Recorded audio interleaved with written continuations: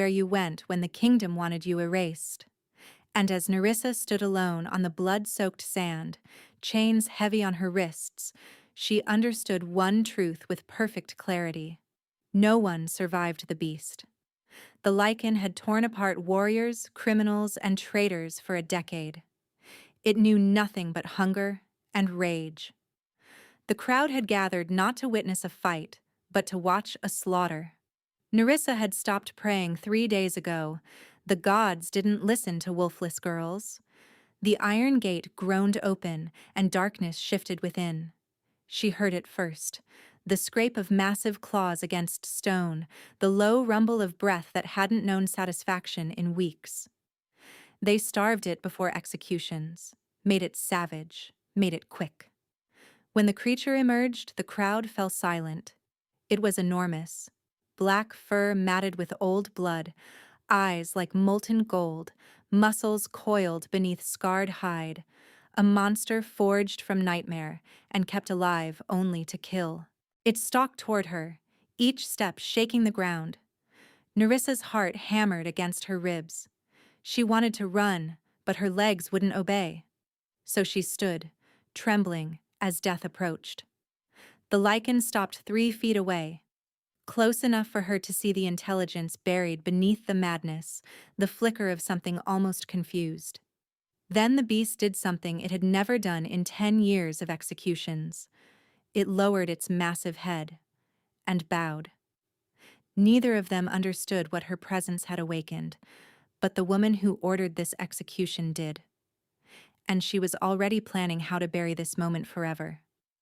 3 days earlier, Nerissa had still believed she might survive this life. She'd been wrong. The Vance estate was never home. It was a cage dressed in silk curtains and cold marble floors, where Nerissa had scrubbed and served since she was old enough to hold a broom. Lady Orinth had taken her in as an infant, not from kindness, but from obligation. A dying noblewoman had begged her, apparently. Some distant connection no one spoke of. Nerissa never learned who her parents were.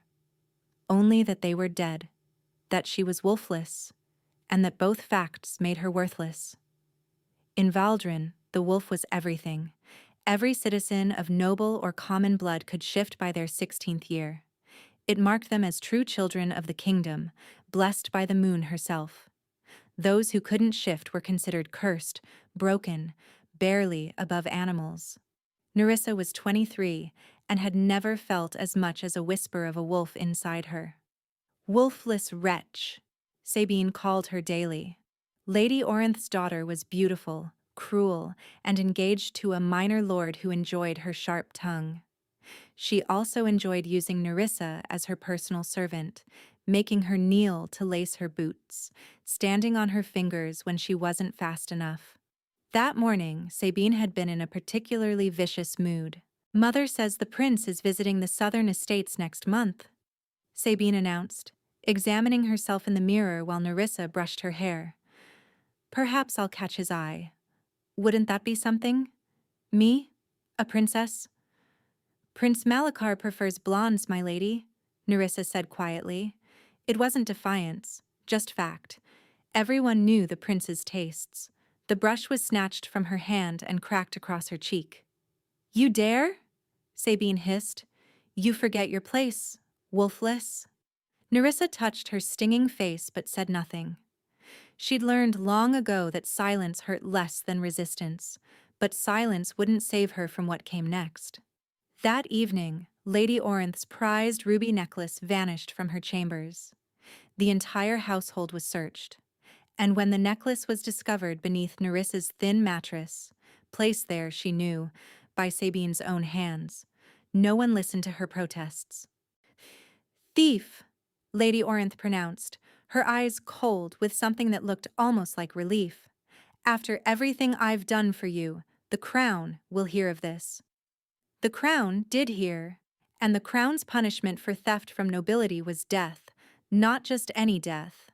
The arena. The cells beneath the Colosseum smelled of old blood and despair. Nerissa had been stripped of everything except a thin shift, her wrists bound in iron. Around her, other prisoners wept or prayed or stared at nothing. Most were hardened criminals, murderers, traitors, men who had defied Queen Severa's rule. She was the only woman, the only one condemned for a stolen necklace. First time, girl? A grizzled man in the next cell studied her through the bars. Half his face was scarred, one eye milky white. You won't feel much. Beast's quick when it's hungry.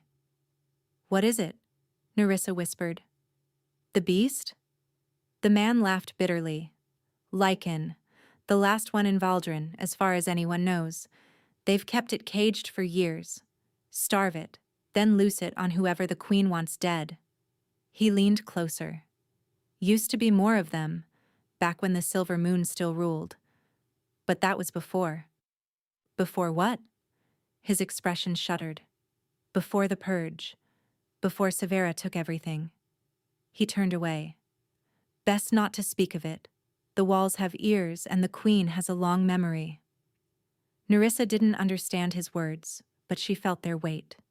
Something old and terrible had happened in Valdrin. Something no one dared discuss. Not that it mattered now. In a few hours, she would be dead. The guards came at dawn. The roar of the crowd was deafening. Nerissa stumbled onto the sand, blinded by sudden sunlight after days in darkness. The arena was massive. A circular pit surrounded by towering stone walls, packed with thousands of spectators. Nobles occupied the shaded upper boxes while common folk crammed the lower tiers, jeering and throwing rotten fruit. At the highest point, draped in black velvet and gold, sat Queen Severa. She was beautiful in the way a blade was beautiful, sharp, cold, designed to cut. Silver hair coiled atop her head like a crown of snakes. Her eyes, pale as winter ice, found Nerissa across the distance and held. Nerissa felt pinned by that gaze, judged, dismissed. Beside the queen sat her son, Prince Malachar. Where his mother was ice, he was fire, dark-haired, flushed with cruel excitement, already leaning forward in anticipation of blood. Citizens of Valdrin, the announcer's voice boomed across the arena. Today, we cleanse our kingdom of another criminal who has violated sacred law. Let the beast deliver the moon's justice. The crowd roared approval. The iron gate began to rise. Nerissa's knees buckled. She caught herself, forced herself to stand straight. If she was going to die, she would die on her feet. She would not give Sabine or Lady Orinth or any of them the satisfaction of seeing her crawl. Darkness shifted behind the gate. Then it emerged. Nerissa had expected a wolf. A large one, perhaps savage, perhaps terrifying, but still recognizable. This was something else entirely. The Lycan stood nearly 8 feet tall, a monstrous fusion of man and beast. Its body was wolf-like but wrong, too large, too powerful, walking on hind legs that ended in claws capable of gutting a man in a single swipe. Black fur covered rippling muscle, matted with old blood and filth.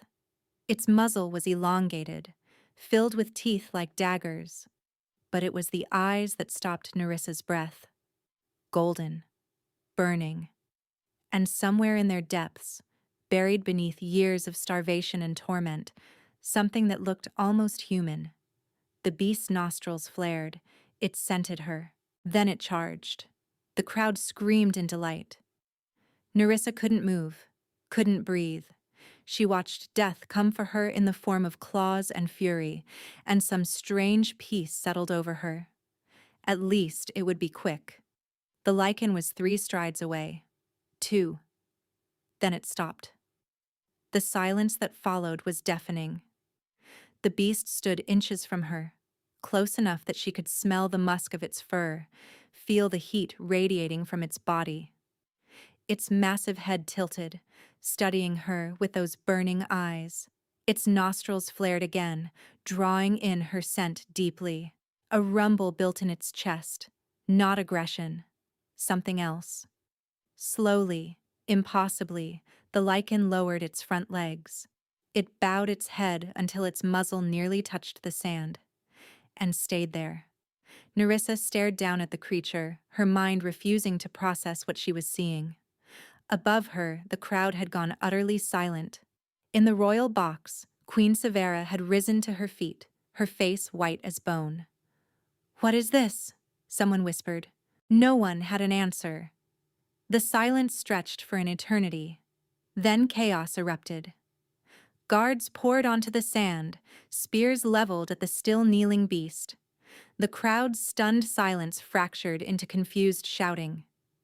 In the royal box, advisors clustered around Queen Severa, speaking rapidly in hushed tones. Nerissa stood frozen, afraid to move, afraid that any motion would break whatever spell had descended. The Lycan remained bowed at her feet, its massive body trembling, not with rage, but with something else. Exhaustion, perhaps, or recognition. "What have you done?"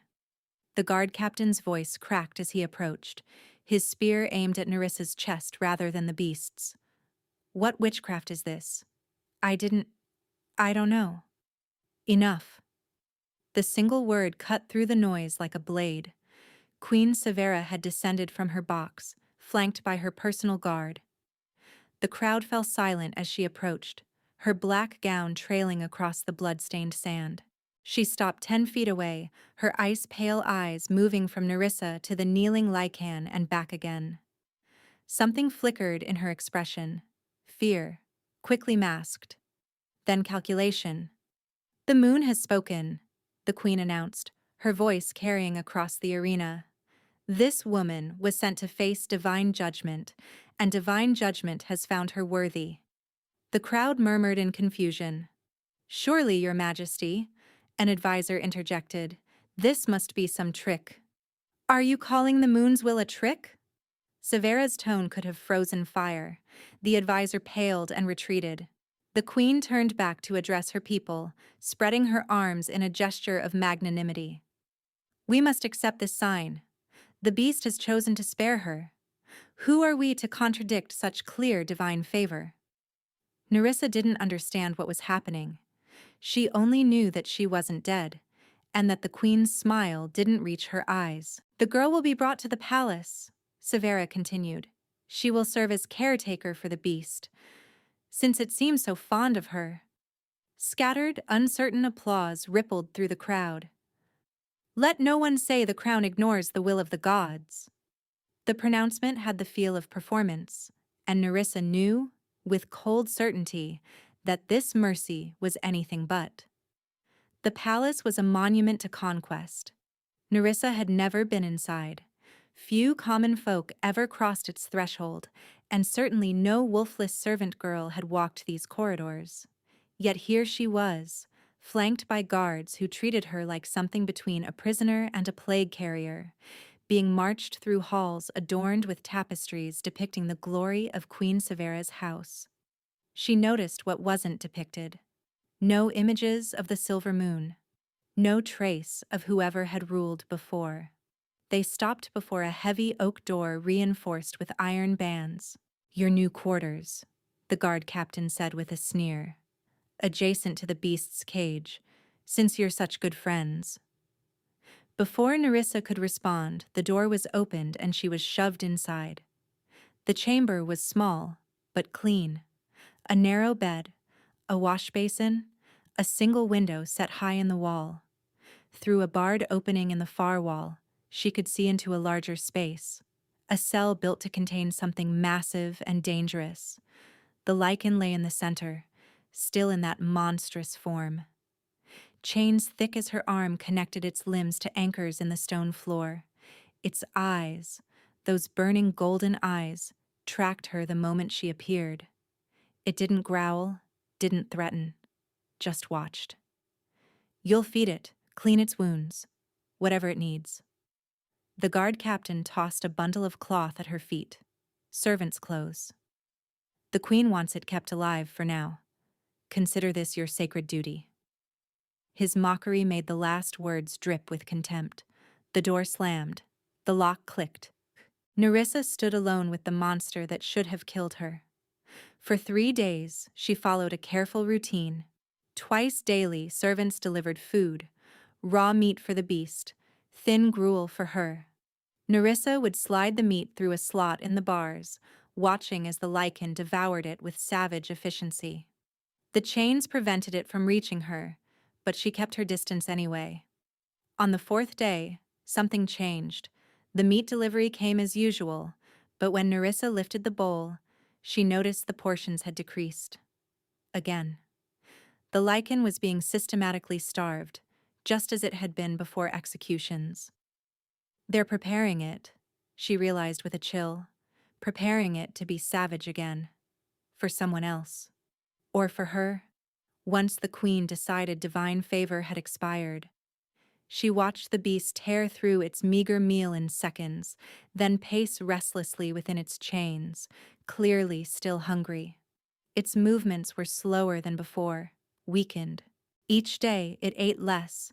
It would lose more strength, more control.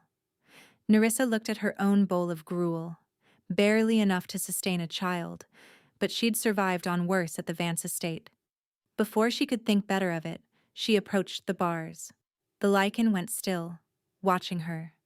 She set the gruel bowl on the ground, then slid it through the gap at the bottom of the bars. "It's not much," she said quietly, "but it's something." The beast stared at the bowl, then at her, then back at the bowl. Slowly, as if afraid the offering might be a trap, it lowered its massive head and lapped at the gruel. When the bowl was empty, it looked up at her again, and did something impossible. It bowed its head. Briefly, just a dip, but unmistakable. Gratitude. From a monster. "You're not what they say, are you?" Nerissa whispered. "You're something else." The Lycan held her gaze, and deep in those golden eyes she glimpsed something that made her breath catch. Sorrow. A week passed in near silence. Nerissa shared her meals. The Lycan accepted them. Neither spoke. He couldn't, trapped in that monstrous form, but a fragile understanding grew between them. She would sit by the bars and talk, filling the silence with words she'd never dared speak aloud before.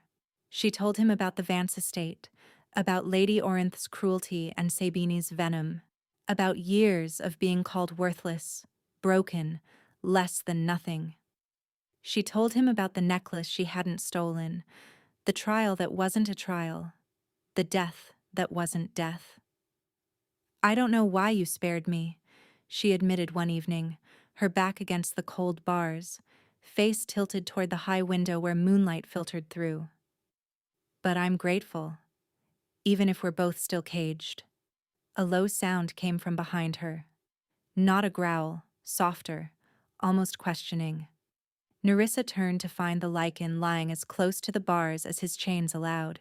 His massive head rested on his forelegs, eyes fixed on her with an intensity that felt almost human. "You understand me, don't you?" she breathed. The beast blinked slowly, deliberately. "Yes." Her pulse spiked.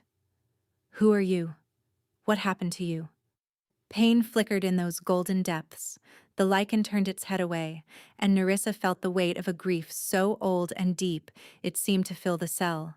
She didn't push further. Instead, she did something reckless. She reached toward him. The beast went rigid, its muscles coiled, claws scraping against stone. Every instinct screamed at her to pull back, but Nerissa held steady, her fingers hovering inches from matted black fur. "I won't hurt you," she said softly. "I think you've been hurt enough." For an endless moment, nothing moved. Then the Lycan shifted closer, slowly, carefully, until her fingertips brushed against its muzzle. The fur was coarse but warm, the skin beneath burning with unnatural heat. A tremor ran through the beast's body at her touch, a full-body shudder that seemed equal parts relief and agony. Nerissa stroked gently, fingers tracing scars she could feel but not see. How many years had this creature suffered? How long since anyone had touched it with kindness rather than chains? The Lycan's eyes drifted closed. A sound escaped its throat, not a growl, not a whimper, but something devastatingly close to a sigh. "I don't know what they did to you," Nerissa whispered, "but you're not a monster. You never were." She fell asleep there, back against the bars, hand still resting against his fur. When morning came, she woke to warmth at her back. The Lycan had pressed its massive body against the bars, curved around her as much as chains would allow, protecting her, even in sleep. Or perhaps seeking protection. Nerissa should have felt terrified. Instead, she felt something far more dangerous. Safe. That afternoon, the Queen came. Nerissa scrambled to her feet as the door opened, revealing Sevra in crimson silk, flanked by guards and advisors. The Queen's cold eyes swept over the scene, the shared space, the empty bowls, the Lycan pressed close to the bars near where Nerissa stood. "Fascinating," Severa murmured. "It really has taken to you." "Your Majesty."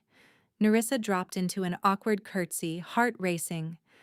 "I've done only what was ordered." "Yes, yes," the Queen waved dismissively. "I didn't come for reports on feeding schedules." She stepped closer, studying Nerissa with an intensity that felt like being dissected. "I came to understand why my beast, my perfectly obedient executioner, threw away a decade of conditioning the moment you appeared." "I don't know, Your Majesty. I swear I don't." "What house are you from?" The question caught her off guard. "No house, Your Majesty. I was a ward of the Vance family, an orphan." "An orphan?" Sevra's lips curved, but her eyes remained frozen. "No family at all? No lineage?" "None that I know of." The Queen circled her slowly, and Nerissa felt the weight of that examination like physical pressure. "You're wolfless, I'm told. Never shifted. Is that correct?" Shame burned in Nerissa's cheeks. "Yes, Your Majesty." "Strange." Sevra stopped before her, tilting her head. "A wolfless girl who tames the most savage creature in my kingdom. Either you're lying about what you are, or something else is at play." Behind them, the Lycan had risen to its feet. A low growl rumbled from its chest, not directed at Nerissa, but at the Queen. Sevra's composure flickered. Just for a moment, something like fear crossed her face before she masked it. "You'll continue your duties," the Queen declared, already turning to leave. "And you'll tell no one of the beast's behavior. Understood?" "Yes, Your Majesty." "Good." Sevra paused at the door, glancing back with a smile that chilled Nerissa to the bone. "I have plans for you both. Enjoy your time together while it lasts." The door closed. Nerissa released a breath she hadn't known she was holding. Behind her, the Lycan's growl faded. She felt its presence at the bars again, radiating heat and something that felt almost like concern. She's afraid of you," Nerissa realized aloud. "No, she's afraid of what you mean." The beast made that questioning sound again. Nerissa turned to face him, pressing her palm flat against the bars. He mirrored the gesture, one massive paw rising to meet her hand. The size difference was absurd. Her hand was smaller than a single pad of his paw, but the gentleness of his touch was unmistakable.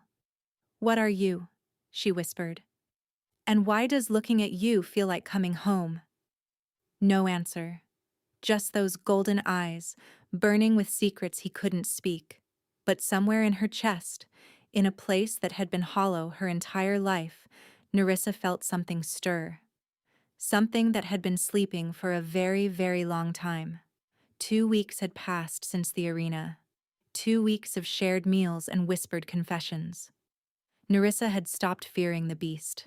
She'd started calling him Ashvine, because speaking to something nameless felt wrong, and he seemed to respond with a slight lift of the head, a softening in those watchful eyes. She spent her days tending to his wounds, old scars and fresh ones, evidence of the chains that bit into his flesh whenever he moved too suddenly. She demanded salves from the servants, claiming the Queen wanted her executioner healthy. They obeyed. though their eyes held suspicion. At night, she slept against the bars, and he curled as close as chains allowed. It was madness.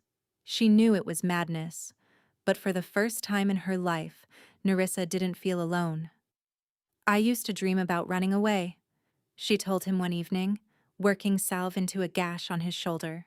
The bars limited her reach, but he'd learned to position himself so she could tend the worst of it.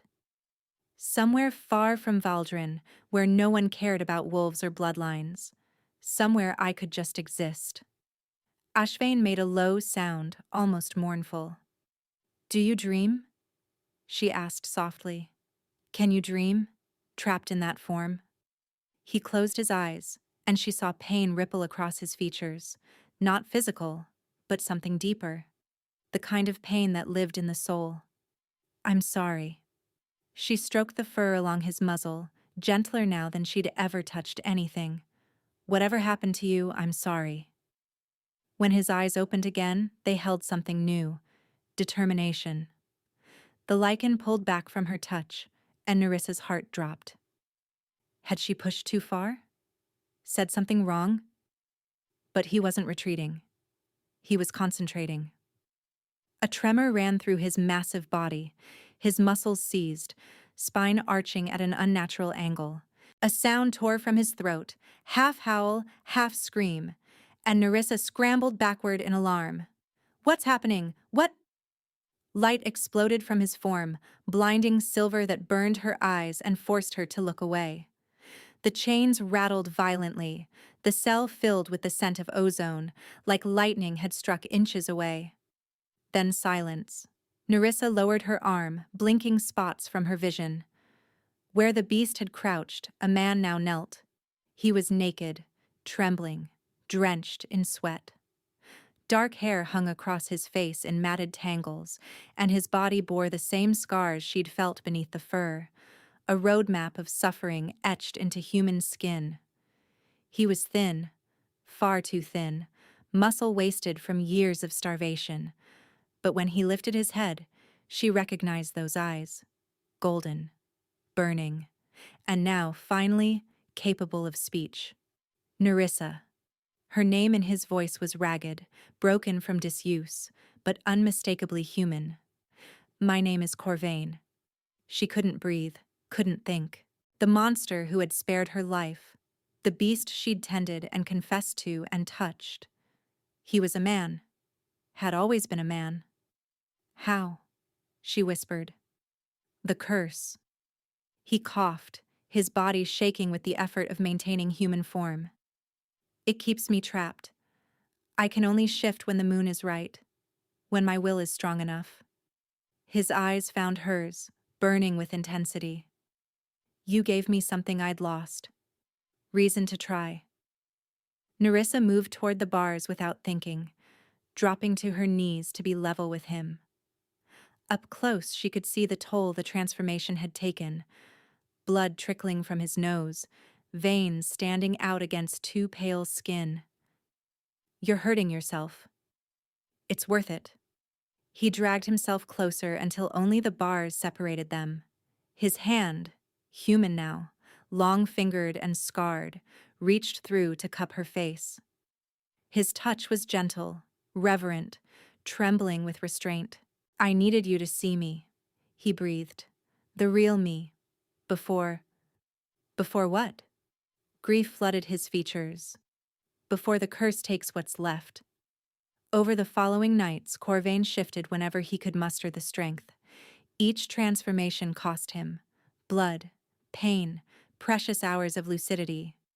But he was desperate to speak, to explain, to know her as a man rather than a monster. They talked like prisoners sharing a wall, iron between them, voices low to avoid the guards. He told her of Valdrin before the Purge, of a time when the Silver Moon ruled with wisdom and compassion, when Lycans were honored protectors rather than chained executioners. His family, the Valdris bloodline, had guided the kingdom for generations. "I was the youngest prince," he said, his voice hollow with memory. "Third in line, never expected to rule. But my brothers were idealists. They trusted too easily. What happened? Severa happened. His jaw tightened. She was a minor noble, beautiful and ambitious. She seduced my eldest brother, married into our house. We thought she loved him. He laughed bitterly. She loved only power. When she'd learned enough of our secrets, our weaknesses, she struck. The purge, Nerissa realized. The event no one spoke of. She murdered my father and brothers in a single night. Used dark magic, blood sorcery bought from the shadow markets, to curse our bloodline. Any Valdris who survived would be trapped in beast form, unable to shift, unable to speak, unable to rally the people against her. But you survived? Barely. His hand found hers, fingers intertwining through the iron. She kept me alive deliberately, a symbol of her triumph, the last prince of the Silver Moon, reduced to her personal executioner. For 10 years, I've killed at her command. Unable to refuse, unable to stop myself when the hunger becomes too great. Nerissa's heart shattered for him. 10 years of being used as a weapon against his own people. 10 years of watching himself commit atrocities while trapped in a body that wasn't his own. The people I killed, he continued, voice cracking. They weren't all criminals. Some were loyalists, resistors, people who remembered the old ways and dared to speak of them. Tears tracked down his gaunt cheeks. She fed me her enemies and called it justice. That wasn't you, Nerissa said fiercely. That was her using you. It was my teeth, my claws, their blood on my... No. She gripped his hand tighter. You were a prisoner, a victim. You can't blame yourself for what she forced you to do. He stared at her as if she'd spoken a foreign language, as if no one had ever absolved him before. How? He whispered. How can you look at what I am, what I've done, and not see a monster? Because I see you, Nerissa said simply. The real you. And monsters don't bow to servant girls in arenas. Monsters don't share their pain in the dark. Monsters don't look at someone the way you're looking at me right now. Corvain's breath caught. His hand rose to her face again, thumb tracing her cheekbone with devastating tenderness. When you stepped onto that sand, he said slowly, something in me woke up. Something I thought Severa had killed. I couldn't explain it then. I still can't fully explain it now, but my wolf recognized you, not as prey, not as victim. His voice dropped to barely a whisper. As mate. The word hung between them, impossible and undeniable. That's insane, Nerissa breathed. I'm wolfless. I'm nobody. You're everything. He pressed his forehead against the bars, as close to her as iron would allow. I know how it sounds. I know you have no reason to believe me, but my wolf has never been wrong, and it chose you, Nerissa. Before I even knew your name, it chose you. She should have pulled away, should have reminded him that she was a disgraced servant and he was a cursed prince, that they were both prisoners of a queen who would destroy them the moment she discovered this connection. Instead, she leaned forward, pressing her lips to his despite the iron between them.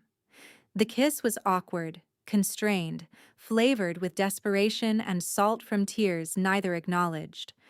But it was also the most honest moment of Nerissa's life, two broken people finding wholeness in each other. When they finally parted, Corvain was smiling. It transformed his face, chasing away the shadows, revealing the man he might have been in another life. I love you, he said, and the words seemed to surprise him as much as her. Gods help me, I love you.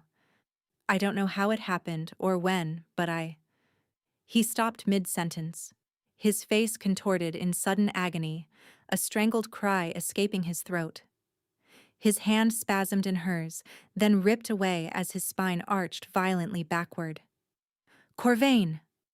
Nerissa grabbed for him, but he was already convulsing, his body twisting in ways that should have broken bone. Silver light flickered across his skin, but wrong, tainted with threads of black that spread like poison. "No," he gasped. "Not yet, I didn't. The curse." The darkness swallowed him.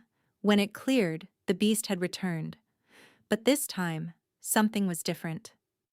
The Lycan collapsed onto the stone floor, sides heaving, golden eyes flickering with unnatural shadow.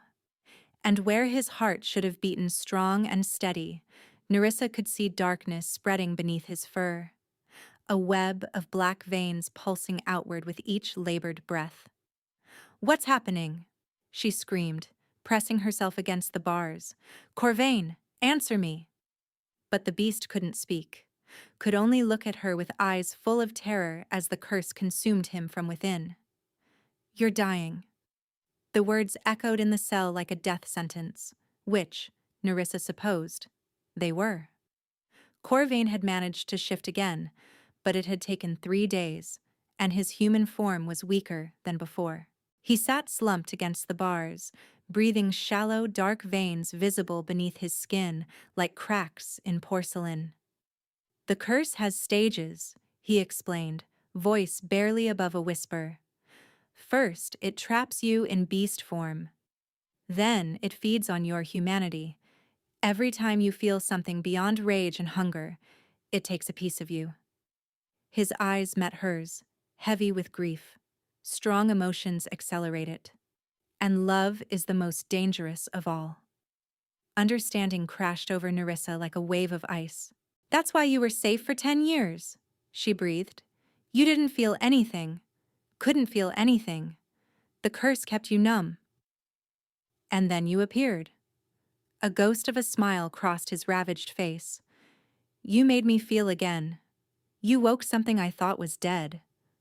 The smile faded. "And now that awakening is killing me."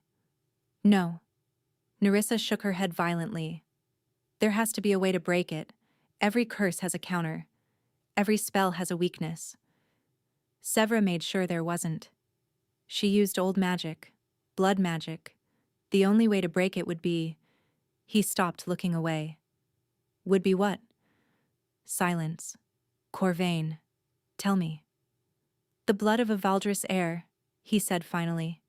"Freely given under the light of the full moon. But I'm the last one. There are no other heirs." She made certain of that. Nerissa's mind raced. There had to be something. Some loophole, some forgotten relative, some way to save him. She couldn't have found him only to watch him die. "Maybe she missed someone," she said desperately. "During the purge, maybe a child escaped or a cousin survived." "She didn't miss anyone." His voice was hollow. "She's too thorough, too paranoid. Every branch of our family tree was cut down. Then we find another way." Nerissa grabbed his hand, squeezing with all her strength. "I won't let you die. I can't." "Nerissa." "You said your wolf chose me," she interrupted fiercely. "You said it recognized me. Maybe that means something. Maybe there's a reason I survived the arena, a reason you bowed instead of killed." Corvain stared at her, and something flickered in his eyes. Not hope. He seemed incapable of that. But consideration. "There was something," he admitted slowly. "When I first scented you in the arena. Something familiar, like a melody I'd heard in a dream." "What kind of familiar?" He shook his head. "I don't know. It was buried too deep to understand. But my wolf was certain. You weren't a stranger. Somehow, impossibly, you felt like Pack." Pack. The word resonated in Nerissa's chest, in that hollow space that had stirred to life the first time she'd touched him. "I need to tell you something," she said quietly. Corvain waited. "I told you I was an orphan, a ward of the Vance family." She swallowed hard. "But I don't actually know where I came from. Lady Orinth said a dying noblewoman begged her to take me in. Some distant connection. She never told me more, and I learned not to ask." "What are you saying?" "I don't know what I'm saying." Nerissa's voice trembled. I just know that I've never felt like I belonged anywhere. I've never had a wolf, but I've always felt like something was missing, locked away. And when I'm near you, that feeling gets stronger. His gaze widened. His hand tightened on hers. Show me your back. What? Your lower back, near the left hip. Now. Something in his tone made her obey without question.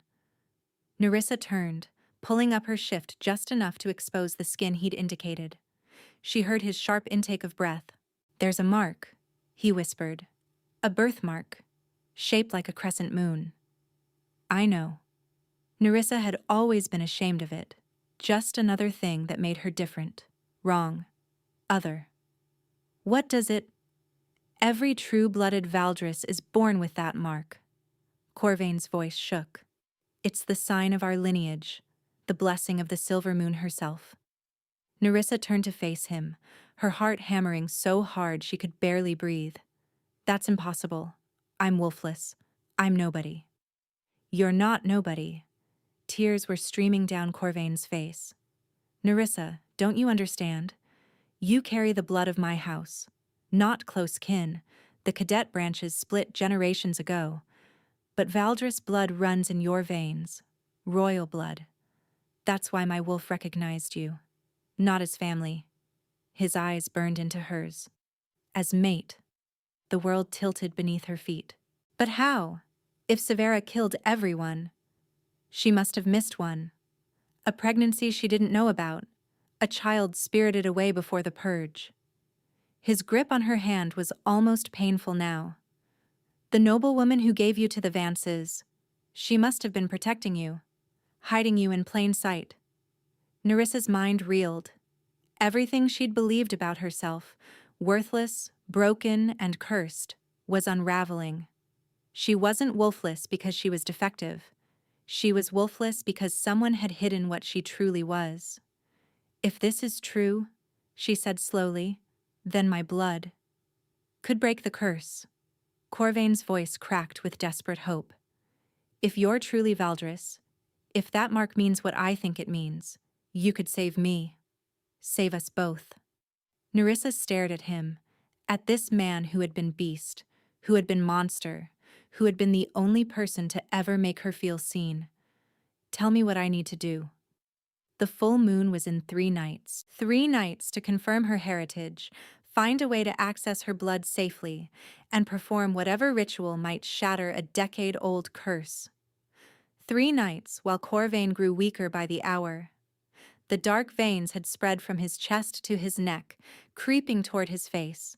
He could barely hold human form for more than an hour now, and even in beast form, his breathing was labored, his movements sluggish. The curse was winning. Nerissa needed information, and there was only one place to find it. The Royal Archives, Corvain had gasped during one of his lucid moments. Severa keeps records of everything, including the magic she used. She's obsessive about documenting her victories. How do I get in? You don't. His golden eyes burned with frustration. The archives are sealed to anyone without royal blood. Royal blood. If Nerissa was truly Valdris, she might qualify. But she had no proof. No way to test the theory without exposing herself to the Queen's scrutiny, unless she found someone who already knew the truth. The dungeon beneath the palace was darker than the beast's cell. Nerissa had bribed a guard with the few coins she'd stolen from inattentive servants, claiming she wanted to see the other prisoners, to bring them water, perform acts of charity. The guard had laughed at her naivety but taken the money. She wasn't looking for random prisoners. She was looking for anyone who remembered the old ways.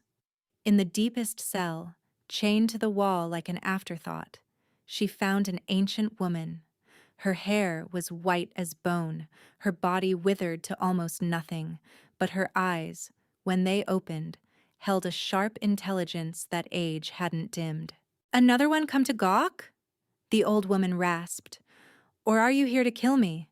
The Queen sends assassins sometimes, just to watch me flinch." "I'm here for information."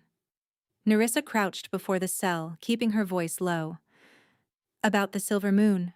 about the Valdris bloodline. Those sharp eyes fixed on her with sudden burning intensity. Dangerous words, girl. Words that get people thrown in places like this. The old woman leaned forward. Why do you want to know? Because I think I might be one of them. Silence. Then the old woman began to laugh, a dry, cracking sound like dead leaves in wind. Show me, she commanded.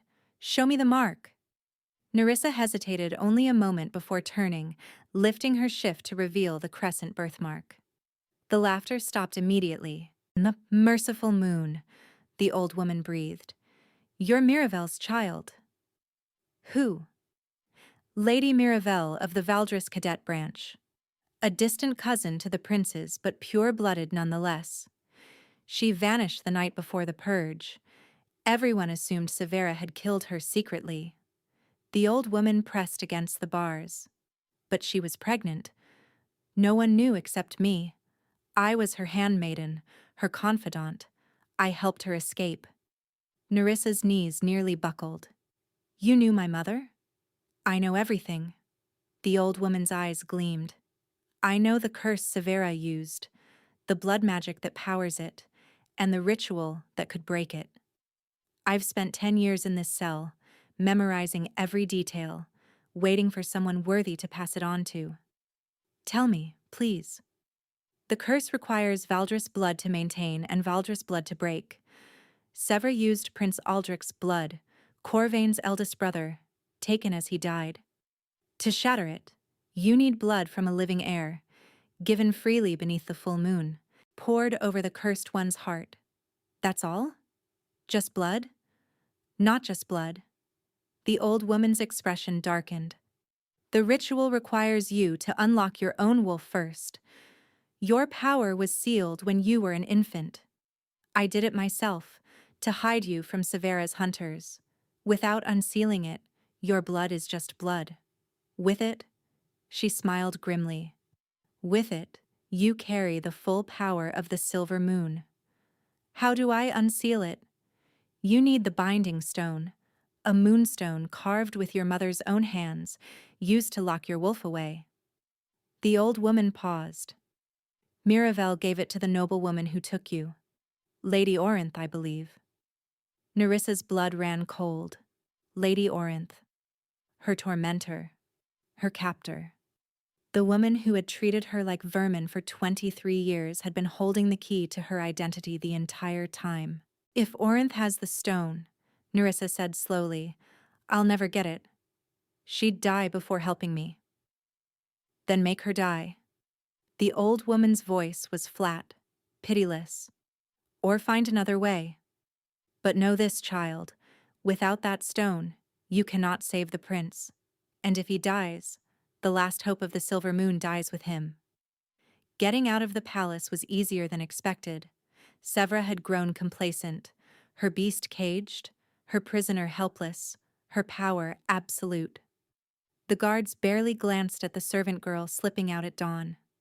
Nerissa ran. The Vance estate was half a day's journey on foot, but she made it in 7 hours, pushing herself until her legs screamed and her lungs burned. She had no plan beyond confrontation, no strategy beyond desperation. Lady Orinth was in the garden when Nerissa arrived, taking tea with Sabine as if the world hadn't just turned inside out. You. Sabine spotted her first, face contorting with disbelief. You're supposed to be dead. Sorry to disappoint. Nerissa strode forward, ignoring the screaming servants, the shouting guards. Her eyes were fixed on Lady Orinth, who had gone very, very pale. You know what I am, Nerissa said. You've always known. Guards! Sabine shrieked. Seize her! Wait! Lady Orinth raised one trembling hand. Her eyes, cold, calculating eyes that had never shown Nerissa anything but contempt, now held something else. Fear. Leave us, Orinth commanded. All of you. Mother. I said leave. Sabine fled with the servants. Nerissa and Lady Orinth faced each other across the garden, decades of cruelty hanging between them. The binding stone, Nerissa said. Give it to me. So you finally know. Orinth's voice was bitter. I wondered when you'd figure it out. When someone would tell you what you really are. A princess. A Valdris heir. A danger. Orinth's composure cracked, revealing something raw beneath. Your mother begged me to take you. Swore it would only be for a few months, until she found somewhere safer. But she never came back.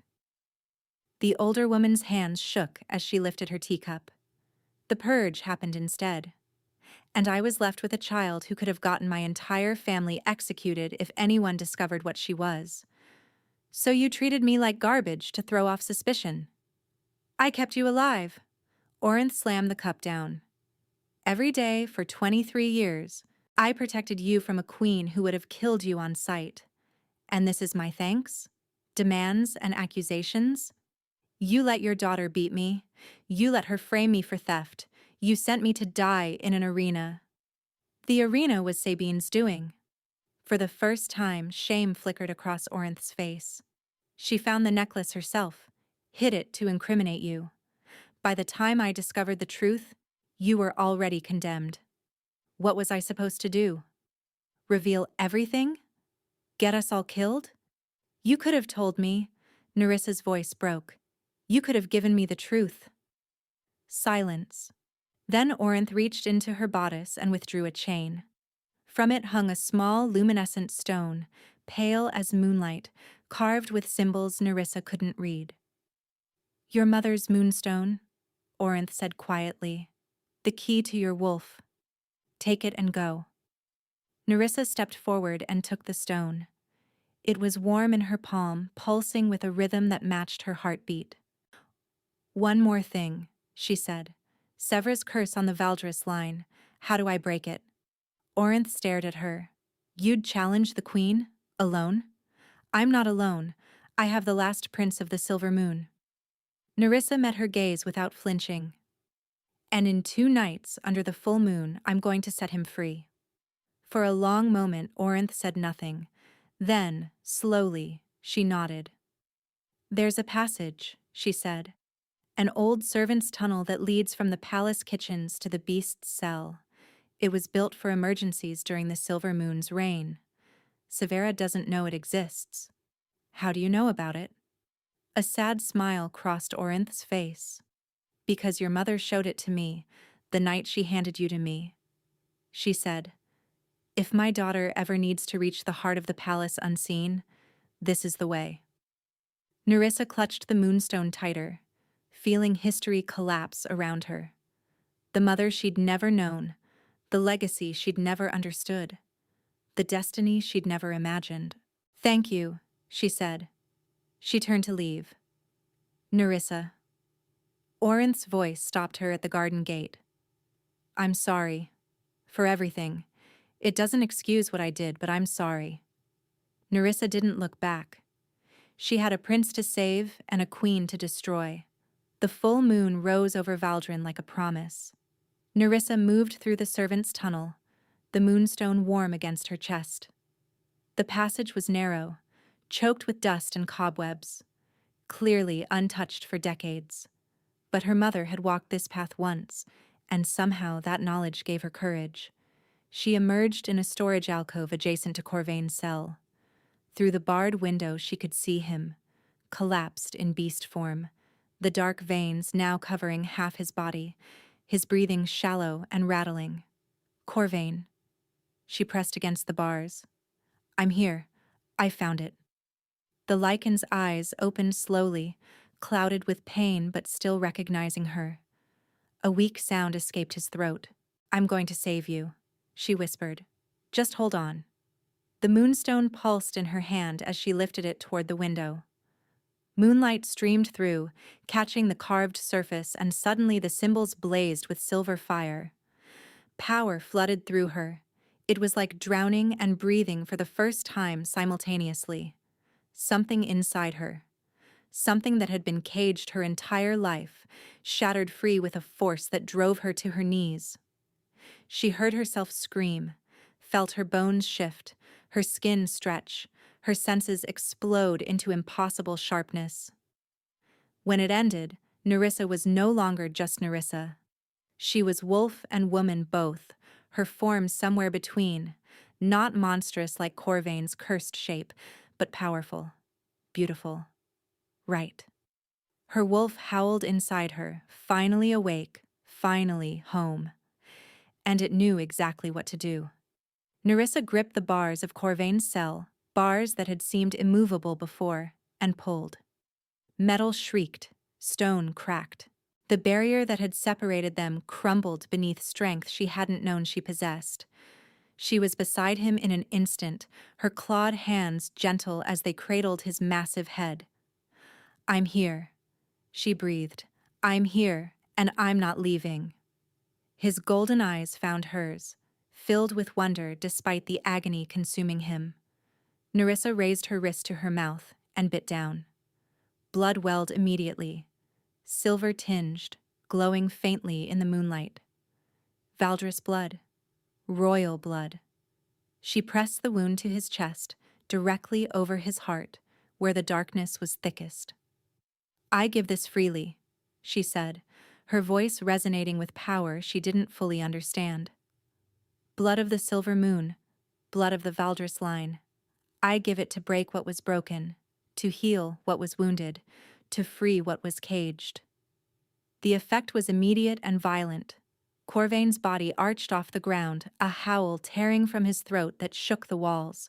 Silver light erupted from where her blood touched his fur, racing along the dark veins, consuming the corruption like fire consuming shadow. The curse fought back. She could feel it, ancient and vicious, clinging to its host with desperate fury. But her blood was stronger. Her love was stronger. The darkness shattered. Light exploded outward, blinding and pure, and when it faded, the beast was gone. In its place lay a man, Corvain, fully human. The veins vanished, color returning to his skin, breath flowing steady and strong. His eyes opened, clear gold unclouded by curse or pain. "Nerissa." He reached for her, and she fell into his arms, both of them shaking, both of them whole. "It worked," she sobbed. "You're alive. Because of you." He pulled back just enough to look at her. Really look, taking in her shifted form, her silver-touched eyes, the power radiating from her being. "You're magnificent." Before she could respond, the cell door exploded inward. Queen Severa stood in the entrance, flanked by guards, her face twisted with fury. "What have you done?" she screamed.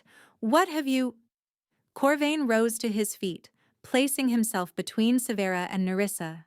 But he needn't have bothered, because Nerissa stepped forward, and when she spoke, her voice carried the weight of generations. "I am Nerissa Valdris, daughter of Lady Mirabelle, heir to the Silver Moon, and your reign is over." Severa's face went white. "Kill her!" she shrieked at her guards. "Kill them both!" No one moved. Because behind Severa, filling the corridor, stood the people of the palace. Servants and guards, cooks and stable hands, all the common folk who remembered the Silver Moon, who had suffered under Severa's cruelty, who had whispered prayers for deliverance every night for 10 years. They had heard the howl, they had seen the light, and they knew what it meant. "The curse is broken," an old servant called out. "The true rulers have returned." The cry spread like wildfire. Servants seized guards. Guards turned on their commanders. Within minutes, Severa stood alone, stripped of her weapons, stripped of her power, stripped of everything but her fury. "This isn't over," she hissed at Nerissa. "You'll face justice," Corvain interrupted. "The same justice you denied my family, the same mercy you never showed your victims." He nodded to the approaching crowd. "Take her to the dungeons. She'll answer for her crimes before the people she wronged."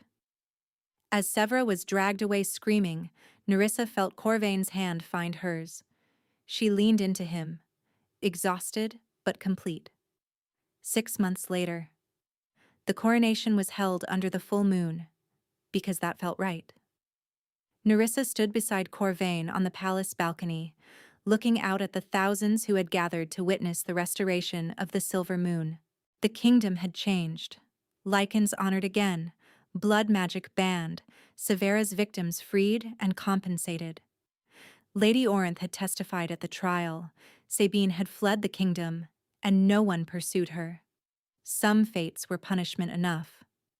"Are you ready?" Corvain murmured, squeezing her hand. "For what? Being queen?" Nerissa laughed softly. "Absolutely not. But I'll learn. We'll learn together." He pressed a kiss to her temple. "We were both hiding when we met, both caged by other people's cruelty. But we found each other anyway." "And freed each other?" Nerissa added. "And freed each other." Below them, the crowd began to chant their names. Corvain and Nerissa, king and queen, the impossible pair who had survived an arena, a curse, and a tyrant's wrath. Nerissa thought of the girl she'd been 6 months ago, standing in chains on blood-stained sand, waiting for death. That girl was gone. In her place stood a queen, a Lycan, a woman who had walked through fire and darkness to find where she truly belonged. "I love you," she said. Corvain smiled, that same smile that had transformed him the first time he'd said those words to her. "I love you too," he replied. "Always." They stepped forward together to greet their people, their kingdom, their future. And somewhere deep inside Nerissa, her wolf howled in pure, unrestrained joy.